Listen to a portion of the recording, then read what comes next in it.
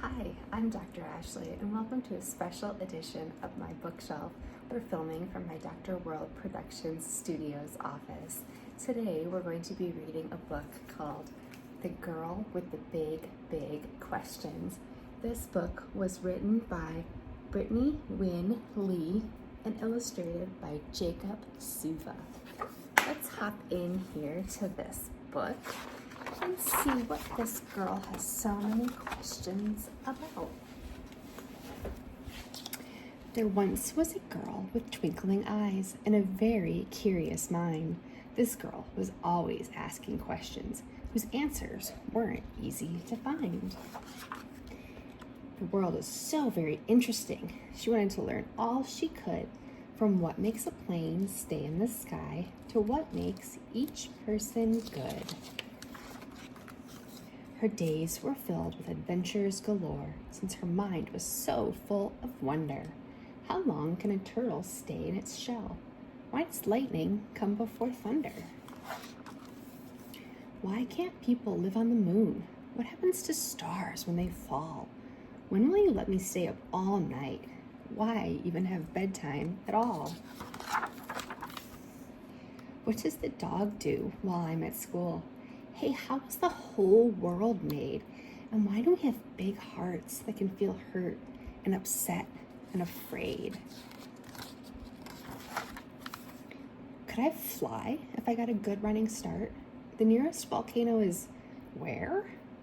Are monsters real? What's Spanish for blue? Is it okay to cut my own hair? From the moment she opened her eyes for the day to the time she was tucked into bed, she'd ask and ask and ask and ask every question that popped in her head. At first, her neighbors, teachers, and friends tried to answer her wonder-filled mind, but after a while, their encouraging smiles were replaced by the rolling of eyes. She noticed her questions were making them tense, and one day her class hit their limit. After she asked a dozen things about clouds, the class hollered, "Please stop, just quit it." Embarrassed, the girl tried to quiet her thoughts and not raise a voice so curious, so that no one would be too uncomfortable, or even worse, furious. But one day, she found the nest of a bird, built low and exposed near the ground.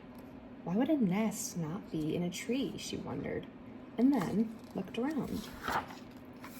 She was all by herself, with no one to ask, so she ran to the library shelves. She read about cities and the lack of safe places for birds to build nests for themselves.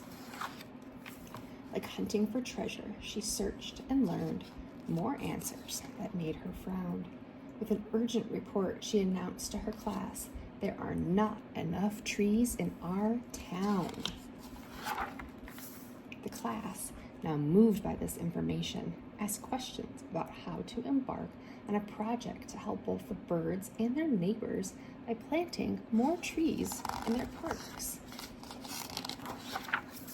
The girl knew then that big questions are good, and answers aren't just things to know, they are things to discover alongside each other.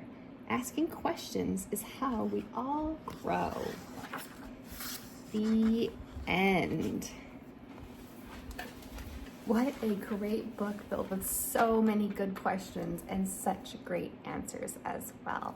I am Dr. Ashley, and thank you for stopping by at my special bookshelf productions today. I hope to see you soon for our next book.